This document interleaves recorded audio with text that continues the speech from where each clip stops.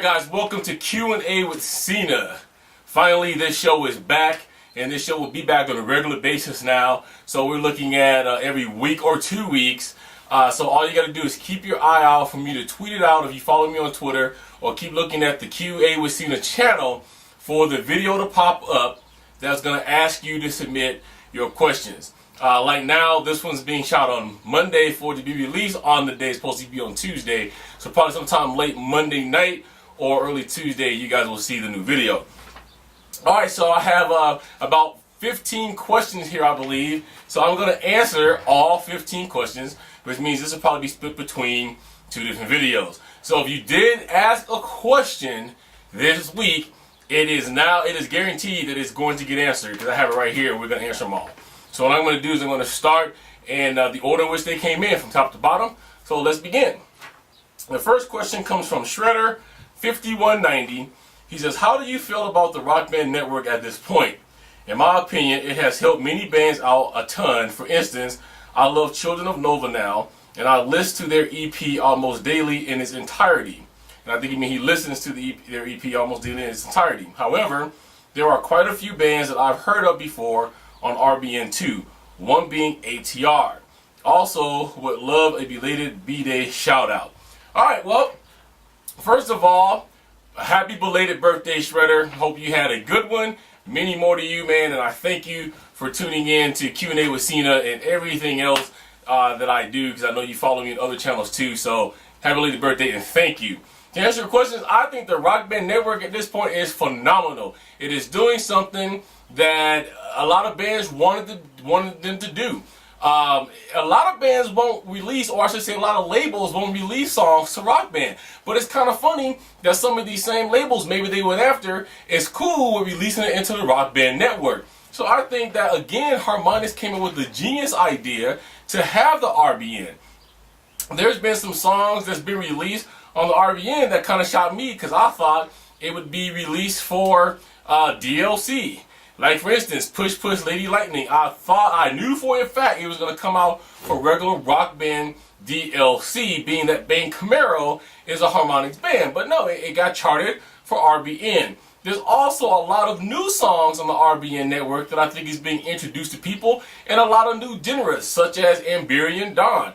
I would have never walked into a store and picked up a Amberian Dawn CD, but Annex was a big fan, told me about them. I helped get them into RBN, and now there's some of the most downloadable songs that's there. Alright, so I think that the Rock Band Network is doing very good, and I think it's going to do even better as we go along. Alright? So again, happy belated birthday, Shredder. Thank you for the question. Alright, the next question comes from Calvin's48. He says, hey Cena, I was wondering if Harmonix have ever thought about releasing a different drum kit for RB3. I have the Goodwood mods, Guitar Hero World Tour kit, and the mesh heads really make a difference. If the guys at Harmonix can release a new, quieter, more responsive drum kit, complete with real cymbals like the Guitar Hero kit, I'd be real happy. It can't cost that much to make. Alright, Calvin, here's what I can tell you. No, Harmonix has told me nothing at this point. Like I said in the PAX East wrap-up, John Drake and everybody else from Harmonix is tight-lipped. They're not letting out anything. So I can't tell you there's going to be a new drum kit. They won't even tell me.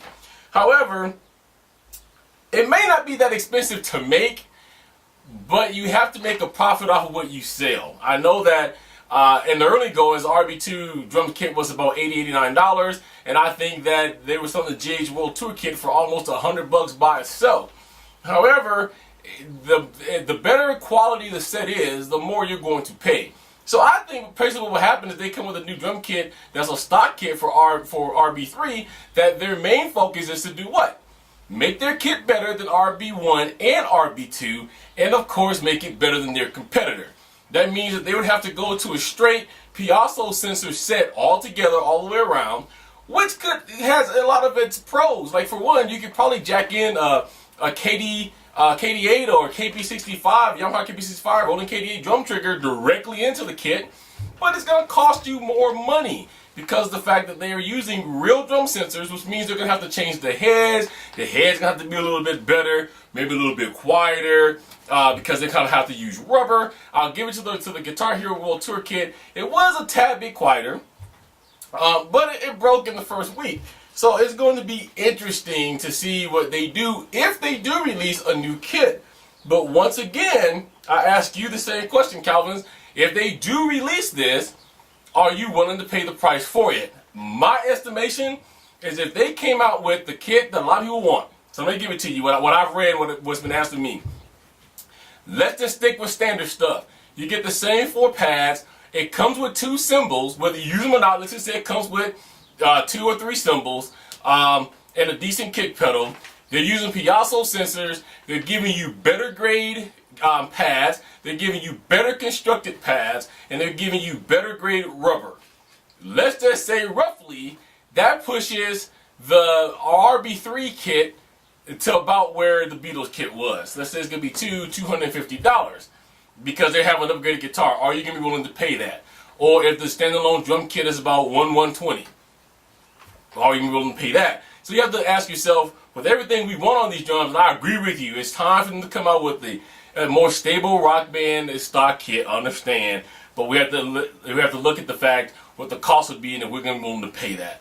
All right, Calvin. So thank you for answering that question or asking that question.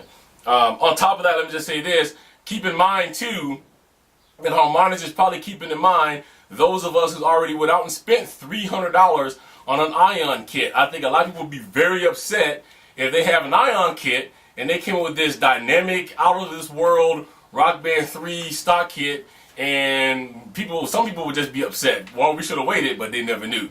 So I think they have to keep that in mind too. All right, thanks, Calvins. All right, the next question is from ZZ Kahuna 263. He says, do you think that RB3 will have an Expert Plus mode? In my honest opinion, I do. And the reason why I do is because of the fact that Harmonix listens to the community, Harmonix listens to the crowd. A lot of these videos they watch, or I do communicate with them and say, hey, this is the new video that went up, take a look at the comments. But most importantly, you've got drummers out there that has utilized Expert Plus mode as it is generically now in there because they use double bass without Expert Plus mode. You got drummers like V-Dog who uses a double bass pedal for a lot of the harder stuff. The boy has an incredible right foot because a lot of the stuff he does by himself on just one foot. But he does use his double bass. I also think that there's a whole bunch of other drummers out there that does use the double bass, and because there's so many tunes now in a Rock Band that has come down the line of DLC and some diss songs, that I think that they will put an Expert Plus mode in there. So, in my honest opinion, we will see an Expert Plus mode in Rock Band 3 when it comes out this fall or winter. Thank you very much. The other question, or next question, is from AZ Nisirsim. That's AZNSIRSIM. What's a good drum brain module that I could use for my E-kit because my DD502 has no sensitivity knobs? Also, something affordable. I would say look into the Yamaha DT Explorer line. That's going to be one of your more affordable ones. If you're not looking for a whole ton of bells and whistles, then I would say look into the Alesis DM6. I have done a review on that. If you go back to the Cena's Corner channel, the Alesis DM6 review is there. Either Cena's Corner channel or here on YouTube or cenascorner.com. I think these will be the two. I always forget to turn my phone off when I do these Q&As, I think these will be the two that will be more affordable to you. Roland is just not going to be affordable, no matter if you are able to find an older brain. I have one of the older brains, but I still saw it retail for about $300-400. If you're willing to spend that, then that's fine. I think the DM6 is roughly around the $200-300 mark too. But if you're looking for a decent brain, I would start looking at the Yamaha DT Explorer line. Okay? All right, thank you for that question.